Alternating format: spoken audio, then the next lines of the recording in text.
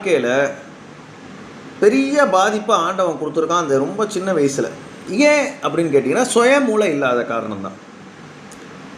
அதாவது எப்படின்னா, எப்படி நானே சொல்லியிருக்கேன் முன்னாடி வீடியோவில், தாய் தகப்பனுக்கு எப்படி மரியாதை கொடுக்குறோமோ, தாய் தகப்பங்கிட்ட எப்படி நம்ம சொல் பேச்சு கேட்டு நடந்துக்கிறோமோ, அதே மாதிரி தாய் தகப்பனுக்கு ஒரு குறை இல்லாமல் நம்ம பார்த்துக்கணும். அதே மாதிரி மனைவிக்கு குறை இல்லாமல் பார்த்துக்கணும்.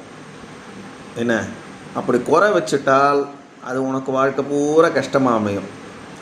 அதே மாதிரி தாய் தகப்பங்கிட்டையும் மனைவிக்கிட்டையும் சொல்லாததான் ஒரு சில காரியெல்லாம் நவுத்தணும். எல்லாத்தையும் போய் பொண்டாட்டிகிட்ட சொல்கிறது, எல்லாத்தையும் போய் அம்மா கிட்ட சொல்கிறது, இதை மாதிரி இருக்கிறவன் அதாவது எந்த விஷயத்தை சொல்லலாம் அப்படின்றது இருக்குது.